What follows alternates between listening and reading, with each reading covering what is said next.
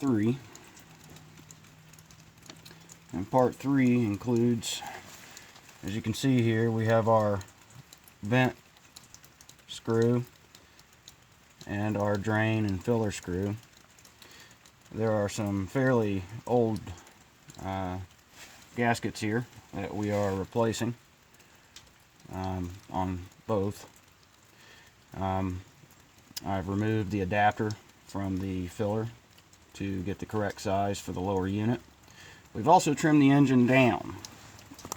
You want the engine, or the stern drive rather, to be as vertical as possible because the object is going to be to fill fluid all the way up the system until fluid reaches to the base of this oil vent. We want to leave that open so we have open air and no resistance to filling the fluid within the system.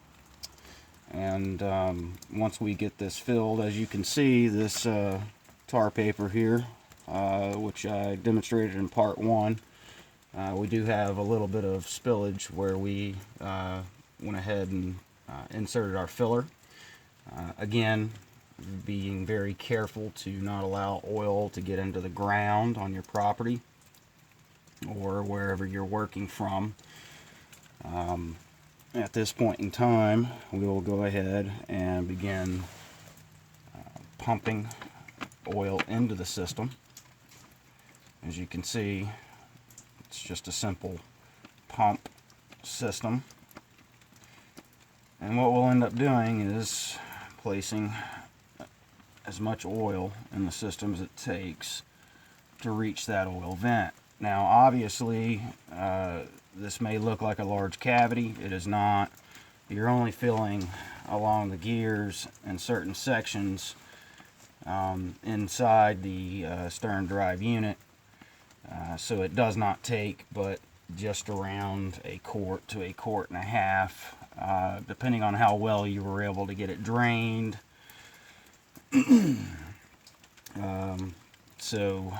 And again, getting the lower unit more vertical allows you to get more fluid in. You want to be as close to that vent as possible because the mechanism in here for the shaft you have a bearing housing which comes down, and then your gearing. You want to make sure that all of that is just like in a rear differential of an axle on an automobile, that needs to be constantly lubricated. So making sure that you have proper lubricant around those bearings is very important.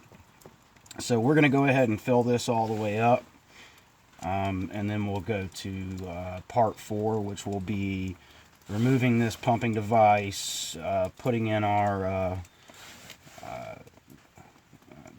drain and filler screw, and checking our vent to ensure that we have the proper amount of fluid in the system, and then replacing that screw as well.